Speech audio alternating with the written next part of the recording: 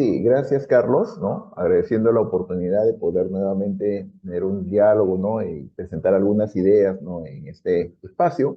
Este, yo te voy a ir señalando para que vayas avanzando las láminas, ¿no? De tal manera que nos ciñamos a los 25 minutos que hay. Ok. Primero vamos a hablar rápidamente sobre el tema del frente externo. Ahí simplemente para señalar que, a diferencia de el inicio de otros gobiernos que, digamos, se dieron en momentos en donde el panorama internacional era mucho más estable, mucho más, digamos, predecible. Actualmente estamos en una situación, ¿no? En donde a nivel global, ¿no? Se habla de un cambio de época, ¿no? Un cambio de paradigmas, una ruptura del orden internacional que mal que bien venía desde, ¿no? La Segunda Guerra Mundial. Adelante, por favor. ¿No? Y en donde el principal, digamos, transgresor es paradójicamente Estados Unidos, ¿no? De la mano del gobierno de Donald Trump. Vamos avanzando. Otro adicional. Adelante. Y uno de esos aspectos que nos ha tocado directamente ha sido el tema, digamos, de la ofensiva comercial que desde el año pasado viene Estados Unidos llevando contra prácticamente todo el mundo en términos de los aranceles, adelante, y a la cual nosotros no hemos podido escapar, ¿no? En algún momento nos imponen un arancel del 10%, luego exoneran a la mayor parte de los productos, pero recientemente han habido situaciones, ¿no? Como que se ha anunciado de que nos van a poner un arancel de hasta 50% hasta a las manufacturas de cobre peruano a Estados Unidos, todo lo cual evidentemente afecta la marcha de la economía y van, ¿no? A tener un impacto mayor o menor dentro del panorama fiscal. Adelante.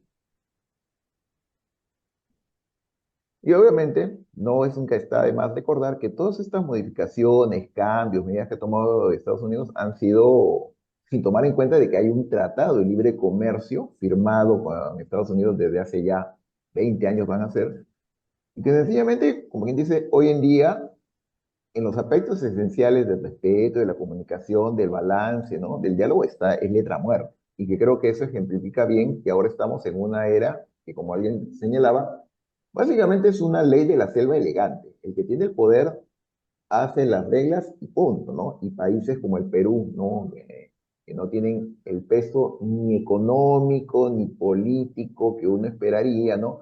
Van a tener que manejarse con cuidado, y eso ciertamente pues va a condicionar en mucho, ¿no?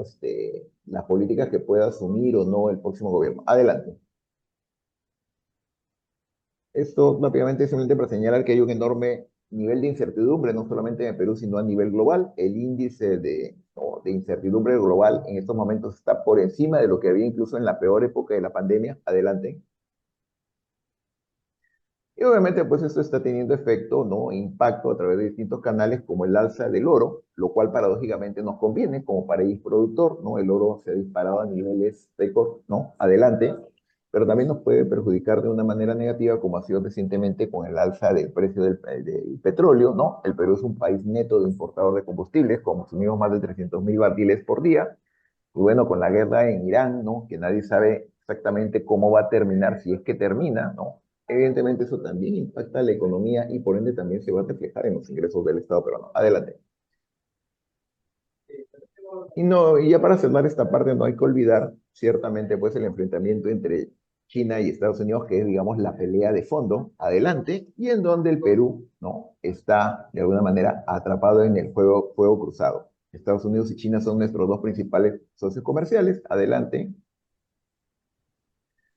Y no solamente es un tema, no solamente un tema comercial, sino además geopolítico, ¿no? Chancay, el puerto de Chancay, Shanghái, que además hay que recordarlo, es un proyecto del Estado chino, porque COSCO es una empresa estatal china, es una inversión estratégica del Estado chino. Ahí no es un tema de inversión privada como se ha tratado de vender, ¿no? No es solamente un proyecto comercial, sino un proyecto de interés geoestratégico. Adelante, como ya, ¿no? Ha señalado, ¿no? Las mismas noticias recientemente con las expresiones que ha señalado el gobierno de Estados Unidos. Adelante, que ciertamente pues nos ponen un poco en el fuego cruzado, en donde, bueno, lo reciente controversia por los aviones F-16 deja en claro de que no es que el Perú pueda, como quien dice, ponerse de costado, ¿no?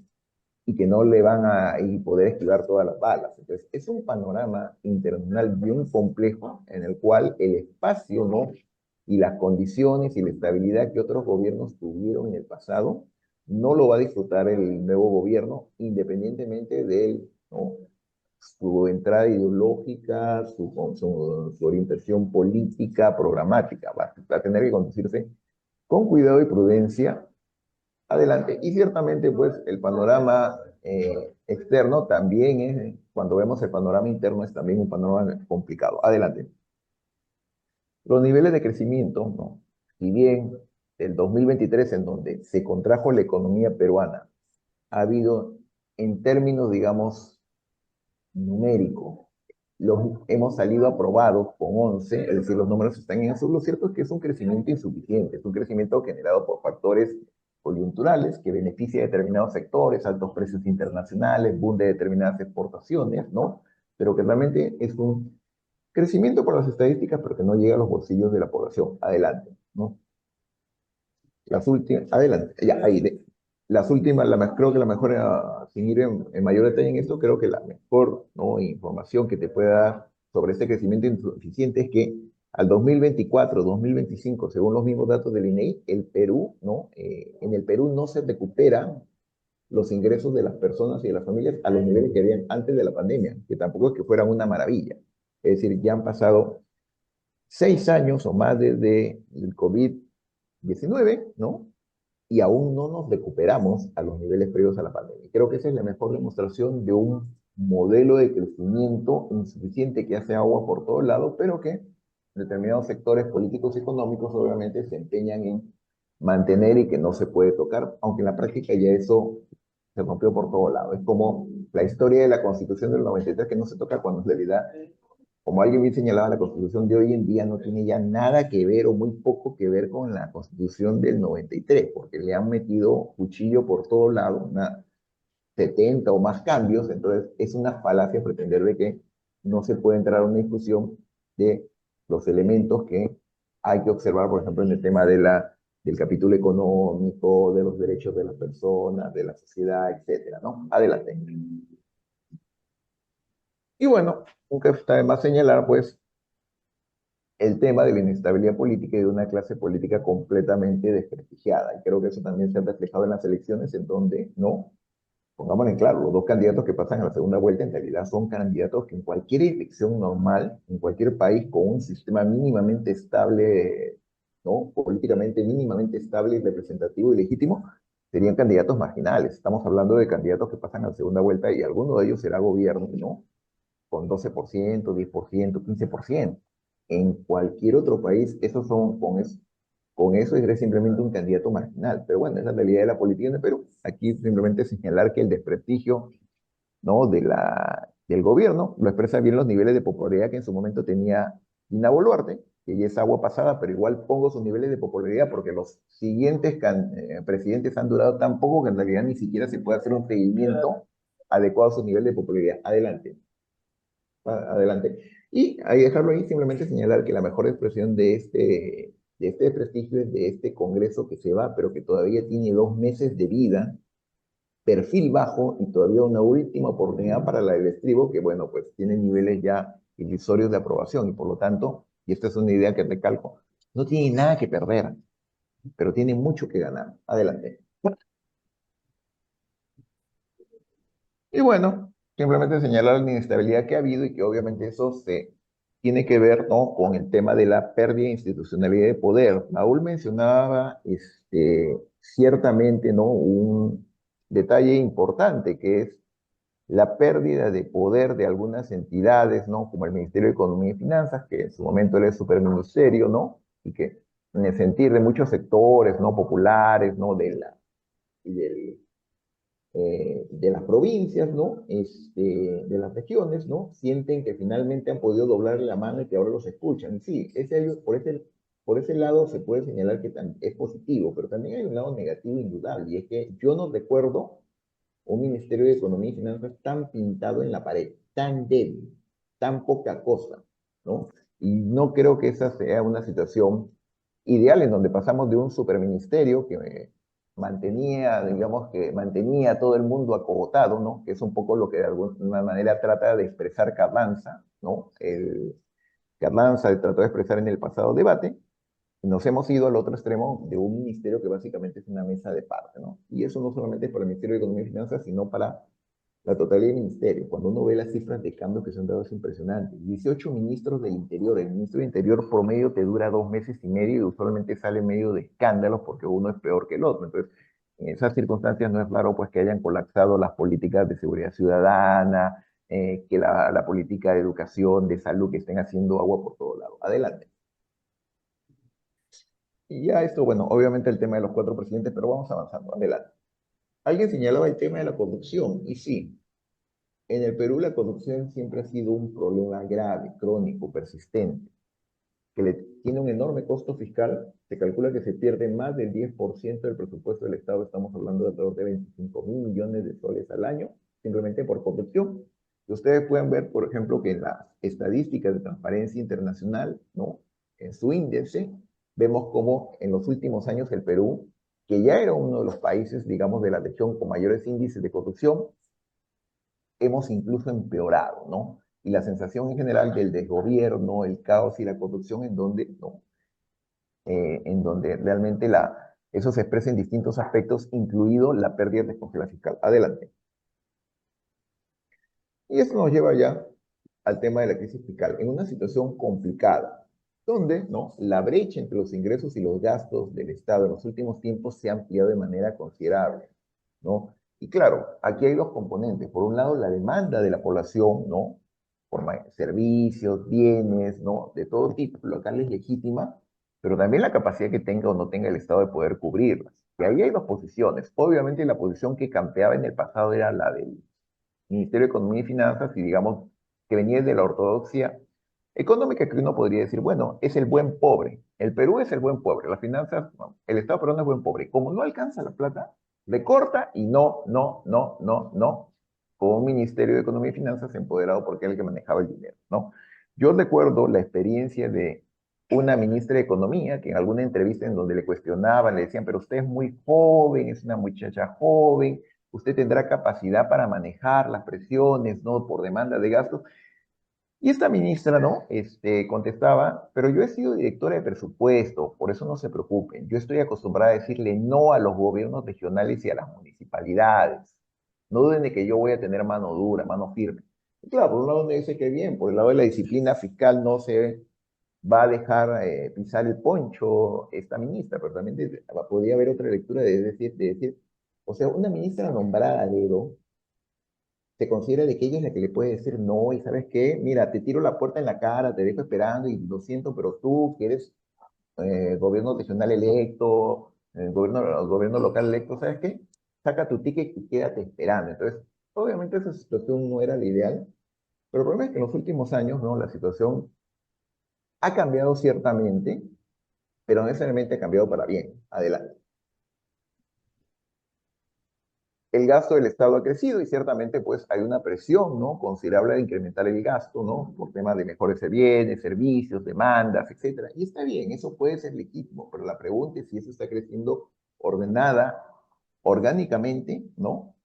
Y de manera sostenible. Y lamentablemente la respuesta es que muchos de estos rubros, la respuesta es negativa. Simplemente el gasto del Estado está creciendo, ¿no? De manera desordenada, ¿no? Como resultado de negociaciones, componendas, ¿no? Presiones, ¿no? Clientelismo, y que nadie está asegurando de que su financiamiento sea sostenible en el mediano o largo plazo. Adelante. Mientras que por el lado de los ingresos, que es lo que debería justamente sustentar esto, los ingresos se mantienen estancados. El Perú tiene una presión tributaria que en las últimas décadas ha estado alrededor del 15%. Y no hay manera de que uno pueda financiar adecuadamente un Estado con una presión tributaria que está en alrededor del 15%. Eso es imposible. Yo no conozco un caso de un país que haya alcanzado un nivel aceptable de desarrollo económico y social con 15% de presión tributaria, 15% del PBI de presión tributaria. Eso sí, eso no es posible, eso no hay, eso no existe.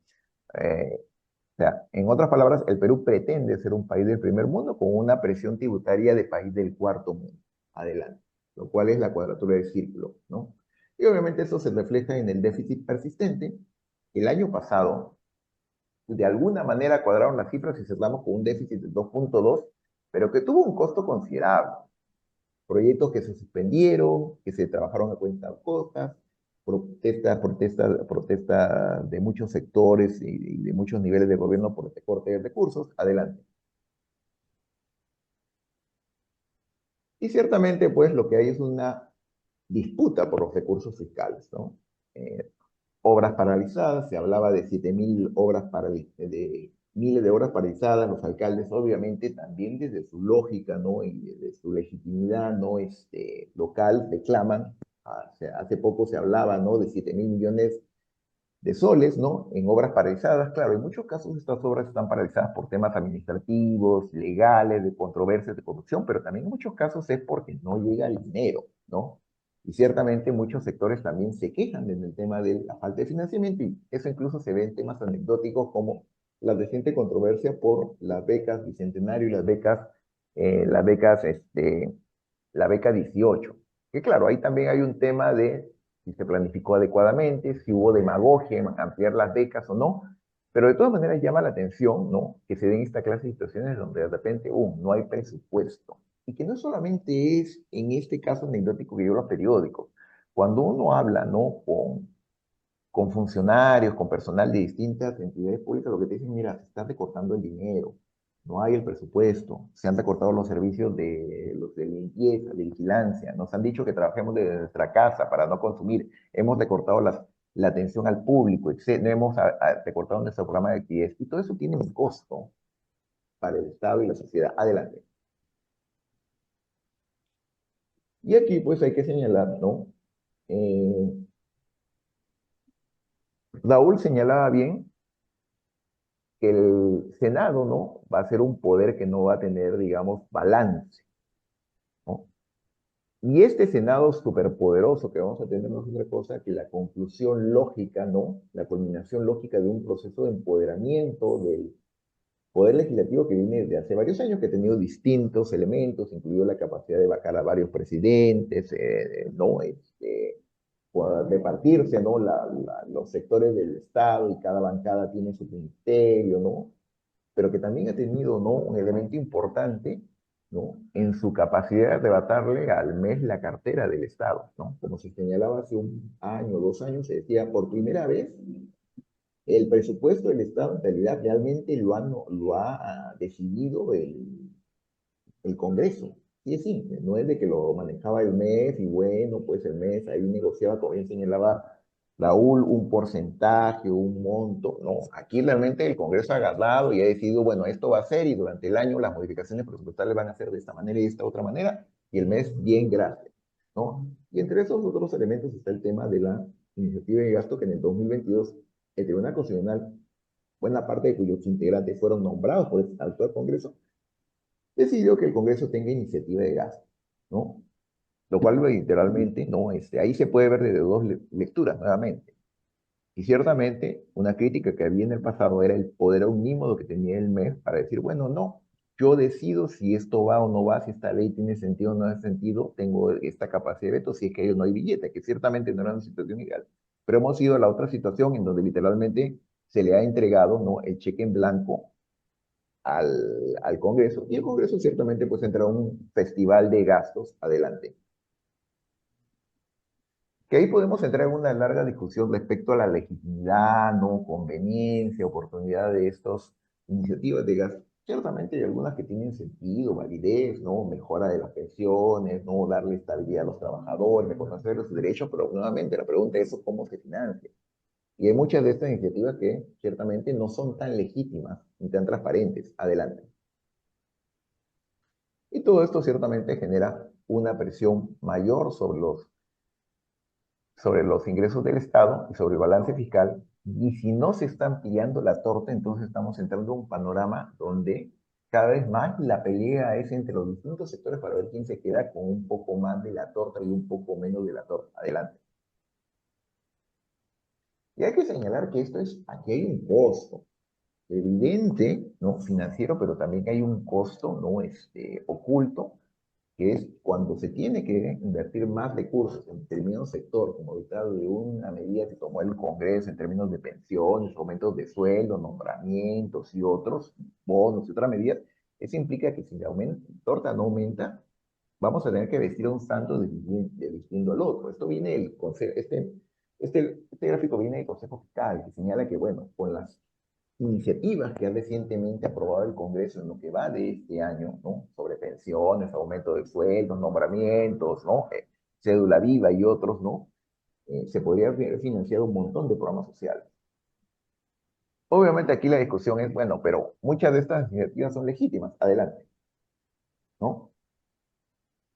Ciertamente, ¿no? Uno dice, pero, a ver, espera, pero es cierto que la situación anterior no era ideal. En el caso, por ejemplo, de las pensiones de los maestros, el promedio de las pensiones de los maestros eran 700, 800 soles, lo cual es realmente es inaceptable. Y ciertamente uno dice, bueno, hay que mejorar las pensiones. Pero el tema es si este incremento de las pensiones se ha hecho, ¿no? Bajo un criterio técnico, bajo un criterio de sostenibilidad fiscal, y asegurando que hayan los recursos y los ingresos para poder financiar eso. Y la respuesta es negativa. Simplemente el Congreso ha aprobado gasto sin preocuparse de cómo eso se va a pagar, ¿no? Y las iniciativas en otros rubros, como aumentos de gasto, nombramientos, etc., siguen. Y recordemos, este Congreso no tiene ya nada que perder. Hay bancadas, hay congresistas, la enorme mayoría que se van a su casa y vuelven a la oscuridad de donde salieron. Y si ellos tienen algún futuro político, estarán pensando en las regionales, en las municipales, de repente en el futuro, ¿no? Y a ellos, políticamente, para ellos políticamente es muy ventajoso en este momento, ¿no? Irse, ¿no? En olor de santidad, ¿no? Aclamados porque fueron los que consiguieron el aumento, el nombramiento, la carretera, la universidad, la gran obra pública, ¿no? Y luego, bueno, pero sin preocuparse por los ingresos. Adelante. Armando, 5 minutos más. Ya, sí, avanzamos otro tema. Hay que reiterar que muchas demandas son legítimas, ¿ok? Como es el caso de las pensiones de los maestros. Adelante. Pero en otros casos no es tan claro. En otros casos, digamos, la situación es mixta. Y un buen ejemplo es la multiplicación de los panes, o mejor dicho, la multiplicación de las universidades públicas. Este Congreso se ha dedicado a crear universidades públicas por doquier. Con una sola ley, a finales del año pasado, creó 21 universidades públicas. Y ciertamente algunos de estos casos, de estas universidades que se crean, habrá una demanda legítima, población que necesita llegar, zonas alejadas, hay una demanda cierta por mejor educación, eso es innegable. Pero honestamente hay otros casos de otras universidades que la verdad es que es muy cuestionable que se hayan creado. Adelante. Y uno se pregunta, ¿en qué parar esto? Porque no solamente que se han creado, literalmente se ha duplicado el número de universidades en el Perú, en toda la historia del Perú, desde que se creó San Marcos durante la colonia, en los 500 años de historia del Perú se crearon unas 50 universidades. Este Congreso, en prácticamente 2 años, ha duplicado el número de universidades públicas y hay aún más universidades que están en lista de espera. ¿Cómo se va a financiar? Porque incluso la universidad más pequeña, ¿no? Te va a demandar recursos. Y si duplicas o triplicas el número de universidades, pero no incrementas la torta, entonces estás peleando por ver, por recortarlos y por pedazos más recortados. Adelante, ¿no? Y todo esto obviamente tiene, desde el lado del gasto, ¿no? La contraparte de los ingresos. Pese a todo lo que se ha señalado, el Perú no recauda lo suficiente y por lo tanto no puede financiar adecuadamente a la salud, la educación, la seguridad ciudadana, la infraestructura, etcétera. Este gráfico es bien interesante porque la línea azul es lo que durante los últimos 25 años se ha asignado como porcentaje del PBI al gasto público en educación. La línea roja es la promesa que se estableció, el compromiso que se estableció en el 2002 en el Acuerdo Nacional hace ya más de 20 años, de por lo menos invertir el 6%. Y con subidas, bajadas, oscilaciones, pero en realidad estamos todavía muy lejos de esa meta. Y así como vamos, probablemente no la vamos a alcanzar en muchas décadas. Entonces, tenemos una educación desfinanciada, no hay suficientes ingresos, pero en donde además el gasto se está incrementando, pero de manera desordenada. No necesariamente estamos invirtiendo en donde debería invertirse. Por ejemplo, claro, se crean universidades por doquier, muchas de las cuales no se justifican. Hay una universidad que se ha creado en las afueras de Huancayo, por ejemplo, ¿no? En las afueras de Huancayo, a exactamente 10 minutos en combi del centro de Huancayo y de la Universidad Nacional del Centro del Perú. Una universidad que se ha creado en una localidad donde hay 10.000 habitantes en total y en donde la población universitaria debe ser mínima y en donde los estudiantes, los jóvenes en edad de estudiar dirán, Pero yo, ¿para qué voy a ir a una universidad local si tomando una combi en 5 minutos estoy en la Universidad Nacional del Centro? Y ahí queda claro, pues, que esa universidad es resultado no, no de un debate técnico no tiene justificación técnica. El Ministerio de Educación y el Consejo Nacional de Educación se opusieron a esa creación de universidad. No se vio el tema de la viabilidad financiera. El Ministerio de Economía y Finanzas también se magnifica en contra, sino que es resultado básicamente, en mi modesta opinión, de una componenda política. Adelante.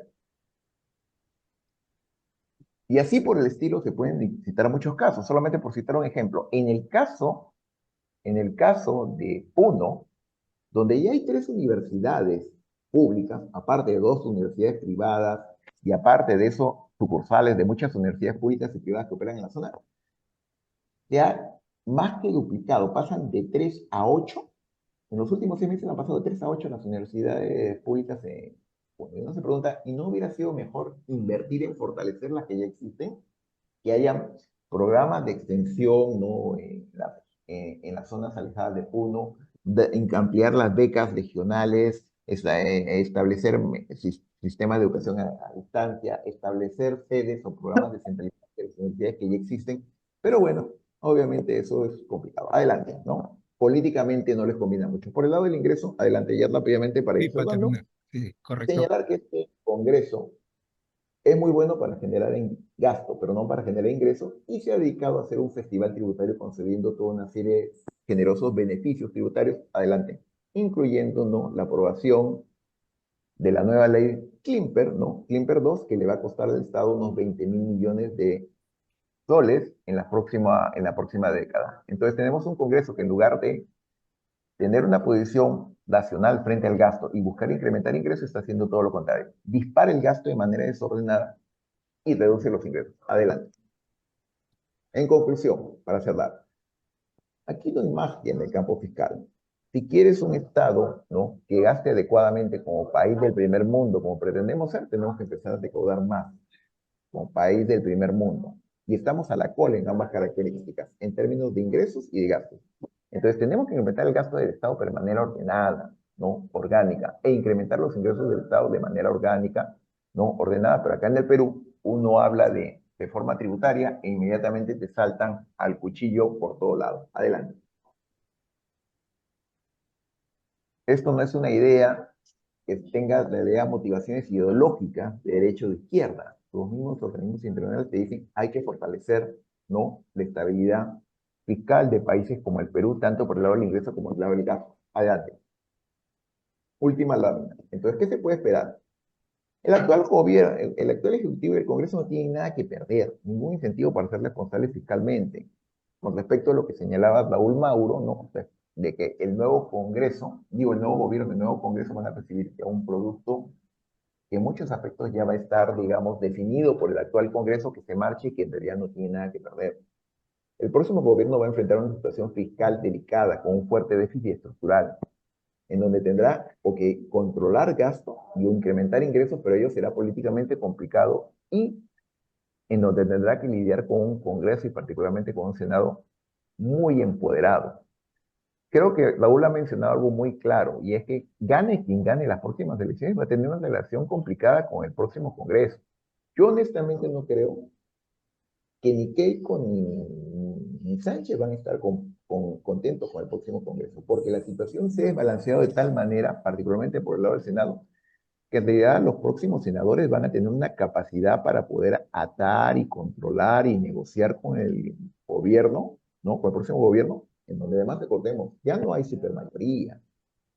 Si mal no recuerdo, incluso Fuerza Popular solamente tiene 22, 21 senadores, entonces tampoco es una supermayoría absoluta. Va a tener que negociar con sectores de derecha y probablemente con sectores de izquierda. Y cada uno va a venir a pedir su tajada. Y si el presidente, no, y si el presidente es el que se vio con el actual Congreso, la situación va a ser complicada. Entonces la tentación va a ser muy fuerte para terminar de liquidar la disciplina fiscal, endeudarse y patear el problema al futuro. Eh, en ese sentido, ya solo para cerrar, yo creo que las declaraciones de Carranza, de que hay que cerrar fecha, etcétera, creo que por un lado, efectivamente, uno puede decir, sí, pues hay que ponerle un balance adversión entre los ingresos y los gastos del Estado, pero tampoco se puede pretender que vamos a volver al pasado que encarnaba Carranza, ¿no? En su momento de aquí yo mando y aquí yo saco el látigo y le pongo candado y al que diga que no, bueno, pues aquí yo lo pecheo porque yo soy el ministro de Economía de un mes superpoderoso y se acabó. Yo creo que la situación ha cambiado en ese sentido. Creo que las declaraciones de Carranza tienen que entenderse más allá del ámbito de propaganda, ¿no? O electoral, obviamente. Tienen que entenderse como algo que en la práctica va a ser más un deseo que una realidad, porque gane quien gane, ¿no? La situación fiscal va a ser complicada y se va a tener que construir una agenda que tenga algún nivel de consenso. Y lo dejo ahí. Gracias.